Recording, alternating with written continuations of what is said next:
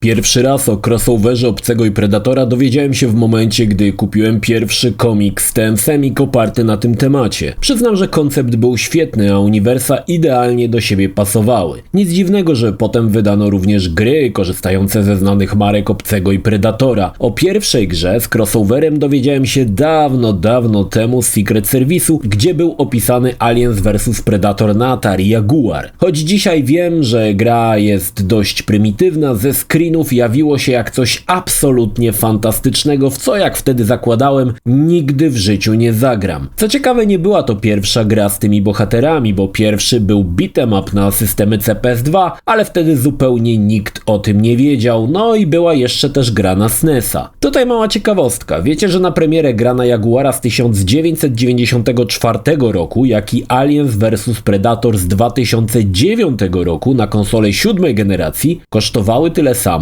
50 funtów bez jednego pensa. No ale, gdy wyszła pierwsza część Aliens vs Predator na PC, moje oczekiwania były spore. Śmieszne jest to, że oczekiwania wyrosły na tych screenach z Atari Jaguara. Niestety gra ich nie spełniła do końca. Był to tytuł dobry, ale niewybitny. Doceniłem 3 rasy, różne historie, ale było to dla mnie jakieś takie nijakie. Najlepsza kampania to oczywiście Marine. Obcym w ogóle nie dawało się grać, bo biegał po suficie i po ścianach, a Predator był w ogóle jakiś taki dziwny. Dziś już inaczej na tytuł patrzę, ale w 1999 roku tak właśnie to postrzegałem. No ale 2 lata później nadszedł sequel i była to już zupełnie inna historia. Cześć, ja nazywam się Krzysztof Energik Micielski, a to recenzja spóźniona o lata gry Aliens vs Predator 2 w wersji na PC-ta. Zapraszam.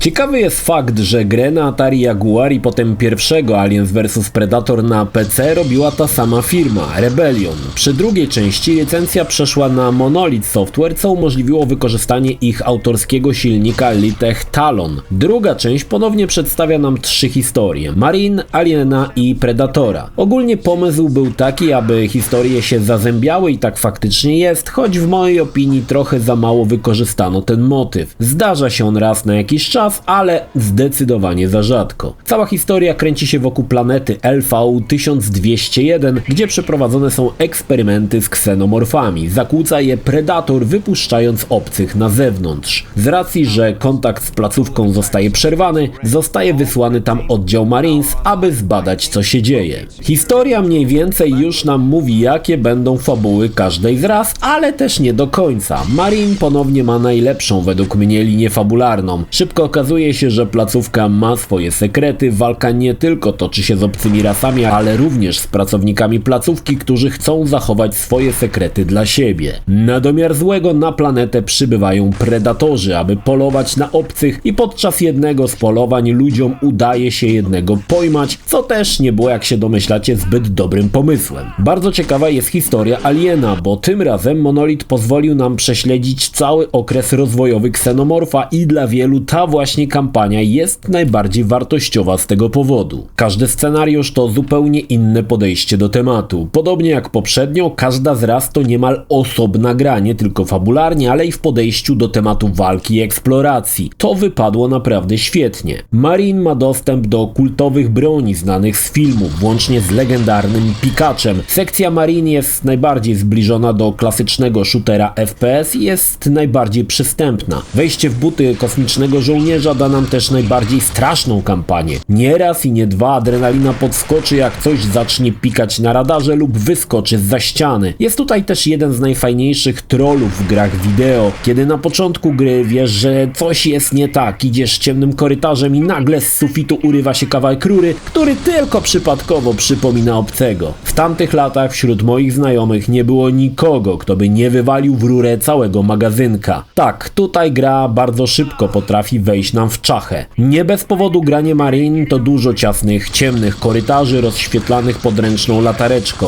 Jest moc i zdecydowanie to ponownie najlepsza kampania z gry. Kampania Predatora to jak dla mnie już zbyt duże przekombinowanie. Predator używa do napędzania swojej broni specjalnej energii. Jak energia się skończy, nie możesz na przykład strzelać laserem. Całe szczęście odnawiać energię możemy w każdym momencie za pomocą dziwacznego urządzenia. Predator to oczywiście oczywiście też tryby widzenia. Na ludzi, obcych i do widzenia w nocy. Każdy z trybów ma swoje wady i zalety. W trybie na obcych widzimy je doskonale, no ale ludzi nie widzimy w ogóle. Jest tutaj coś na zasadzie gry w papier, kamień, nożyce, dlatego ciągle trzeba przełączać się pomiędzy, aby szukać zagrożenia. Predator oczywiście może być niewidzialny, ale tylko dla ludzi, bo obcy i tak go wyczują. Może wyżej skakać, dzięki czemu możemy zasadzać się na zdobycze na wysokich drzewach. Wreszcie ma cały arsenał broni znany z filmów. Okrągłe ostrze, snajperska dzida. Tak wiem, brzmi to głupio, ale uznałem, że to śmieszne połączenie, które pewnie padło pierwszy raz na świecie. Snajperska dzida. Jest też działo naramienne, wyrzutnia sieci. Wszystko wygląda spoko, ale Predator jest zbyt przekombinowany, zbyt wiele przycisków do ogarnięcia i najczęściej grając Predatorem grzęzłem w przełączaniu widoków, broni, doładowywaniu energii, leczeniu i tak w kółko. Granie Predatorem przypomina sterowanie czołgiem przez jedną osobę z jednoczesnym poruszaniem się, strzelaniem z wieżyczki i obsługą karabinu. Niby się da, no ale trzeba się napocić co niemiara. No i na koniec rozgrywka obcym. Tutaj twórcom udało podejść się na świeżo do tematu. Zaczynamy od facehugera, który jest w zasadzie bezbronny i szukamy żywiciela. Potem samodzielnie przegryzamy się przez klatkę piersiową, ale jako nadal młody, niedoświadczony chestbuster nadal nie możemy zabijać. Znaczy możemy, ale niewielkie zwierzątka. Każdy człowiek jest śmiertelnym zagrożeniem, dlatego dwa pierwsze etapy, no to bardziej skradanka. Dopiero w kolejnym stadium zostajemy normalnym ksenomorfem. Ten ze wszystkich ras ma najmniejsze możliwości. Może doskoczyć do przeciwnika z dużej odległości, uderzyć szczękami, przy czym zjadanie głów dodaje mu energii. Może widzieć w ciemności, no i najważniejsze, dla ksenomorfa nie ma miejsc niedostępnych. Może poruszać się po ścianach jak i suficie. W pierwszym Aliens vs Predator łażenie po ścianach było mylące. Tym razem zrealizowano to lepiej. Ciężko mi powiedzieć, co w tym lepszego, ale nie jest tak bardzo męczące. Alien to też rasa, która jest najsłabsza, często na jednego strzała. To wymusza działanie po cichu, przekradanie się ponad automatycznymi karabinami reagującymi na ruch, czy zasadzanie się na ludzkie mięso w cieniu i błyskawiczne ataki z dystansu. Kampania Alienem jest bardzo dynamiczna i potrafi się podobać dzięki niebanalnemu pomysłowi z prologu. Rozgrywka jest faktycznie mocno zróżnicowana. Twórcy postarali się, aby każda mapa dedykowana danej rasie pozwalała korzystać z określonych unikalnych umiejętności. Czuć, że grając Predatorem jesteśmy przepotężni z całą tą elektroniką, niewidzialnością, natomiast obcy, choć śmiertelnie niebezpieczny, byle Marine może strącić go w kilka sekund, dlatego musimy bardziej ukrywać się w cieniu i atakować znienacka. Natomiast postać samego Marine jest bardziej wyważona. Czujemy, że jest moc w karabinie, ale jeśli tylko obcy zdąży się zbliżyć, no to będzie pozamiatane. Bardzo fajnie to ograno, bo te odczucia są bardzo wyraźne i dają zupełnie inny feeling każdej rasy. Grając Marine, wchodząc na przykład do gniazda obcych, nie można się powstrzymać przed nerwowym rozglądaniem się po ścianach w oczekiwaniu na niebezpieczeństwo, a wrzask ksenomorfa, kiedy nas atakuje, może przyprawić o szybsze bicie serca. Ale niezależnie kim gramy, każda rasa ma momenty, że czuć ciary na plecach. Gra umiejętnie potrafi zaskoczyć nas atakującymi przeciwnikami i wymusić na graczu paniczne działanie. To też bardzo fajny motyw. Oprawa, no cóż, zestarzała się, ale nie tak jak w części pierwszej. Silnik, który użyto do gry, Litech Talon, całkiem nieźle sobie radził swojego czasu, bo nawet na mniej wypasionych komputerach działało to bardzo sprawnie. Oprawa dzisiaj miejscami może być przestarzała, no cóż, nie ma innego wyjścia. Niektóre lokacje potrafią zaskoczyć wielkością, ale przede wszystkim dobrze uchwycono klimat filmów, dorzucając do każdej rasy coś indywidualnego, aby jeszcze bardziej je zróżnicować. Choć trzeba przyznać, że grając Alienem najczęściej będziemy zwiedzać kanały albo szyby wentylacyjne, co nie jest zbytnio widowiskowe, ale już Marine czy Predator oferują zupełnie inne doznania. Grając z kolei Predatorem zawsze mnie fascynowało, jak fajnie wykonano tryby widzenia, na przykład termowizję. Wygląda to identycznie jak w filmie i choć dzisiaj widzę mankamenty tego rozwiązania, no to w 2001 roku byłem zauroczony, że udało się tak fajnie to wszystko oddać. Jeżeli chodzi o pudełko, jakiś czas temu przy recenzji Return to Castle Wolfenstein wspominałem, że nie przepadam za polskimi wydaniami gier w big boxach, bo często są one kanibalizowane względem tego, co dostali na przykład nasi przyjaciele ze Stanów Zjednoczonych i Aliens vs Predator 2 jest kolejnym przykładem, że edycja polska jest o wiele, znaczy może nie o wiele, ale jest mniej spektakularna niż to, co mogliśmy zobaczyć właśnie w edycji amerykańskiej. Samo pudełko Aliens vs Predator już pokazuje nam, dlaczego ta edycja jest lepsza. Otóż cały ten rysunek w wersji polskiej jest po prostu nadrukowany na pudełku. Tutaj mamy wytłoczone to. Cały ten rysunek jest taką jakby płaskorzeźbą. Nie wiem, czy to widać w ogóle na ekranie. Mam nadzieję, że tak. O, chyba teraz widać. Jest to cała taka płaskorzeźba właśnie obcego walczącego z Predatorem. Wygląda to naprawdę świetnie. No i mamy tutaj tak zwany flap, gdzie możemy otworzyć sobie pierwszą tutaj stronę pudełka i poczytać informacje na temat każdej rasy, Marine, Predatora i obcego. No, powiem Wam, że samo pudełko jest naprawdę spoko, bardzo mi się podobają te wytłoczenia, fajnie to wyszło i to naprawdę daje niesamowitego klimatu, jeżeli chodzi o tego Big Boxa. Z tyłu oczywiście informacje podstawowe na temat tego, no, o czym ta gra jest. Bardzo często te informacje są tak napisane, żeby ci powiedzieć, że to jest gra, którą po prostu potrzebujesz, totalnie potrzebujesz. To jest w ogóle ja zawsze lubiłem te opisy czytać, bo choć one oczywiście odnosiły się do gry, było to zawsze tak napisane, tak sprytnie, że musiałeś być przekonany, że to jest najlepsza gra na świecie. I tak jest tutaj też, nie? No dobra, co znajdziemy w środku tego fantastycznego pudełka Aliens vs Predator 2?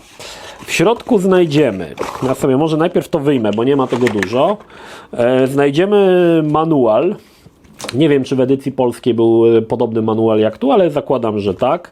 Manual, w którym mamy w zasadzie informacje o każdej rasie. No oczywiście tam możliwości uruchomienia, ale znaczy jak odpalić grę, to wiadomo, jak zainstalować, ale mamy jakieś tam na przykład, nie wiem, kilka jakichś graficzek tutaj na przykład. No, czarno-biały, powiedzmy, manual, który wszystkie bronie mamy na przykład, o proszę bardzo, Human Weapon and Tools i tak dalej. Taki typowy manual, powiem Wam, typowy manual, który gdzieś tam w tych wszystkich grach był dodawany, niczym się nie wyróżnia spektakularnym, natomiast no to taka krótka książeczka na temat podstawowych informacji z gry. Dla młodszych graczy tutaj wyjaśniam, że kiedyś były takie czasy, kiedy do gier dodawało się manual, teraz nie dodaje się już nic. No i oczywiście była jeszcze płytka z grą, tradycyjnie z numerem CDK-em umieszczonym na pudełku. To nie jest CDK, bo ktoś się pytał, czy jak wpiszę na Steama, to będzie działał.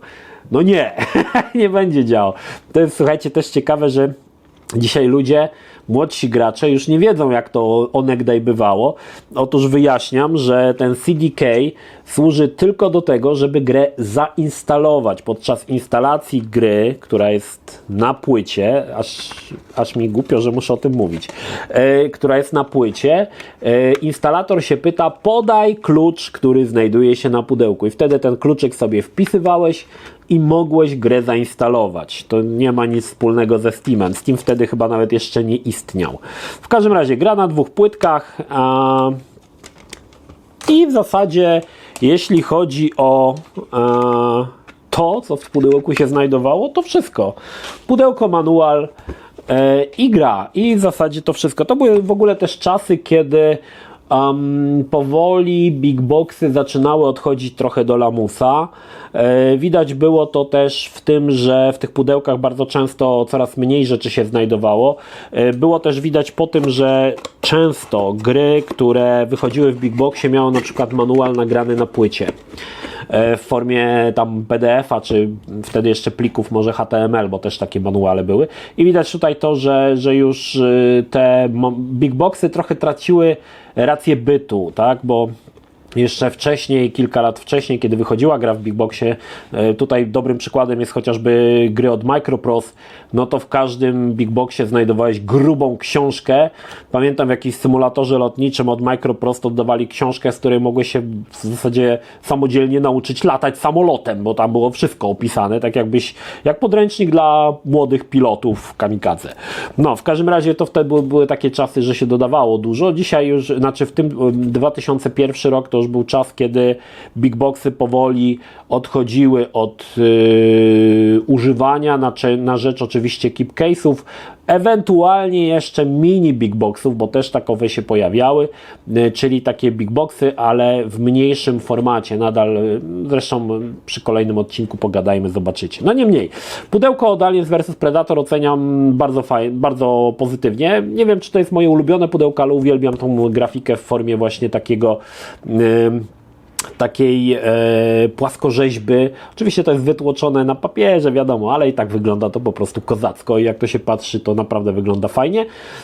Natomiast wersja polska, no cóż, takich bajerów niestety nie miała, a szkoda, bo w sumie widać, że mam wrażenie, że w Polsce te big boxy bardzo często były robione po prostu jak najniższym kosztem, czyli nieużywanie tych wszystkich fantastycznych elementów, które były w różnych edycjach gier w różnych krajach, tylko po prostu wydawanie gry najprostszym możliwym kosztem, bo ten big box musi być, bo takie były wtedy czasy, że musi być to duże pudełko, więc oni to po prostu robili. No ale na pewno wielką wartością dla zbieraczy polskich big boxów jest to, że jest tam język polski na pudełku i to jest w zasadzie najważniejszy element dla wielu, bo wiem, że jest dużo zbieraczy big boxów, polskich big boxów i to rozumiem. Znaczy, jeżeli chodzi o to, że zbieracie polskie wydania, to jest jak najbardziej okej, ja to jak najbardziej szanuję i cenię.